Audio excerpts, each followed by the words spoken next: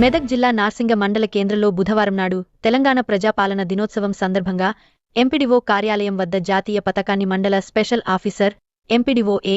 ఆనంద్ ఆవిష్కరించారు.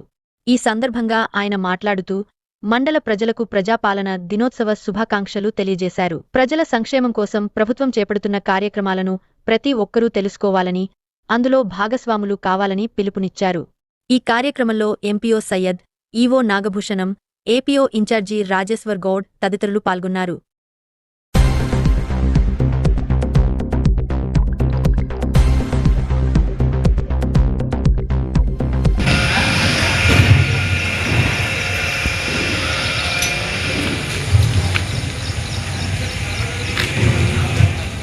జాతీయ సమైక్యత దినోత్సవాన్ని పురస్కరించుకొని నార్సింగి మండల ప్రజలకు శుభాకాంక్షలు. మరి ఈ ప్రజాపాలన దినోత్సవాన్ని పురస్కరించుకొని రాష్ట్ర ప్రభుత్వం ప్రతిష్టాత్మకంగా మండలంలో నార్సింగి మండలంలో 312 ఇళ్ళు మంజూరు చేయడం జరిగింది. అందులో భాగంగా దాదాపు 98 వరకు ప్రగతిలో ఉన్నవి.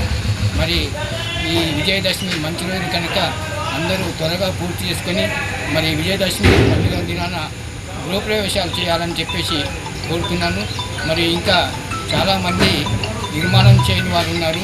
వారు కూడా త్వరగా పూర్తి చేసుకొని మరి పథకాన్ని వినియోగించుకోవాలని చెప్పేసి